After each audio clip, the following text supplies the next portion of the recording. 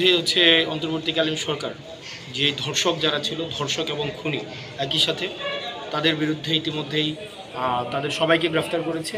এবং আপনারা জানেন যে 90 দিনের মধ্যেই পুরো বিচারিক কার্যক্রম সম্পন্ন করার জন্য ইতিমধ্যেই পদক্ষেপ নেওয়া হয়েছে। এই বিষয়টিকে আমরা আমাদের জায়গা থেকে ইতিবাচক পদক্ষেপ হিসেবেই দেখছি এবং আমরা প্রত্যাশা করব এই 90 দিনের মধ্যেই এই ধর্ষক এবং খুনিদের যথাযথ এবং সর্বোচ্চ যেই শাস্তি অর্থাৎ মৃত্যুদণ্ড কার্যকর করা হবে, এবং যাতে করে এই ধরনের ঘৃণ্য এবং অপ্রত্যাশিত ঘটনার আর কোনো ধরনের পুনরাবৃত্তি বাংলাদেশের কোনো প্রান্তেই না ঘটে।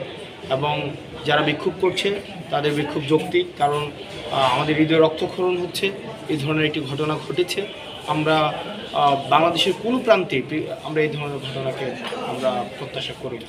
ধর্ষণ বিরোধী আমাদের কার্যক্রম ছিল এবং আমরা হচ্ছে এই পুরো প্রক্রিয়াকে আমরা অবজার্ভ করব এবং আমরা প্রত্যাশা করি আমাদের দলের পক্ষ থেকে যে এই ধরনের ঘটনার যেন কোনো ধরনের পুনরাবৃত্তি না ঘটে এবং রাষ্ট্র সেই জায়গা থেকে রাষ্ট্র যথাযথ ব্যবস্থা নেবে। অতীতের ঘটনা যেগুলো ঘটেছে সেগুলোর ব্যবস্থা যদি রাষ্ট্র যথাসময়ে নিত, তাহলে আজকে এই আমাদের বোন আসিয়ার এই ধরনের করুণ পরিণত হতো না। সারা দেশের মানুষের বুকের হাত। যে আপনারা এটা মনে রাখবেন যে প্রয়োজন হলে আইনের যে সংশোধনী করবেন, দ্রুত বিচার করার এবং সর্বোচ্চ শাস্তি দেওয়ার জন্য সেটা আমরা করছি এবং সেটা আমরা করব। কাজে এখন ওর মায়ের পাশে, ওর পরিবারের পাশে দাঁড়ানো দরকার, আর মেয়েটা যেন সম্মানটা পায় এবং আর কোনো মেয়ে যেন এই অবস্থা না হয়। ডিএনএ রিপোর্টের অলরেডি স্যাম্পল কালেকশন হয়ে গেছে, ডিএনএ রিপোর্টটাও দেখে আসবে। সব কিছু মানে হচ্ছে একটা মাথায় রাখবেন যে এটা রাষ্ট্র সর্বোচ্চ সরকার সর্বোচ্চ গুরুত্বের সাথে দেখছে, কারণ দেশে এরকম ছোট্ট বাচ্চা একটা মেয়ে ধর্ষণ হওয়া এটা মেনে নেওয়া যায়, এটা কারোর জন্য মেনে যায়। সেই জন্য আমরা আছি আমাদের কাজে আমরা সেভাবে।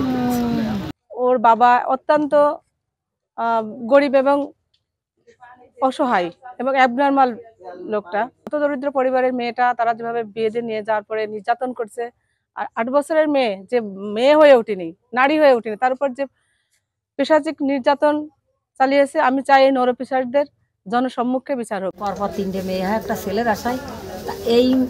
এই মেয়েটার মা অনেক কষ্ট করে আমাদের বাড়ি কাজ কাম করে, ঝাল তেল লবণ চালা নিয়ে এই মেয়েগুলো বাঁচাই, বুঝছেন। বাঁচানোর পরে এখন ওই বড় মেয়েটা বিয়ের পরে ওই মেয়েতে নিয়ে গেছে। আমি চাই যে এইরকম ধরনের অবৈধ মানুষের একদম ফাঁসি দেওয়া উচিত, যাতে আরও 5 জন বুঝতে পারে যে এরকম কাজ করলে আমারও ভবিষ্যতে এরকম হতে পারে।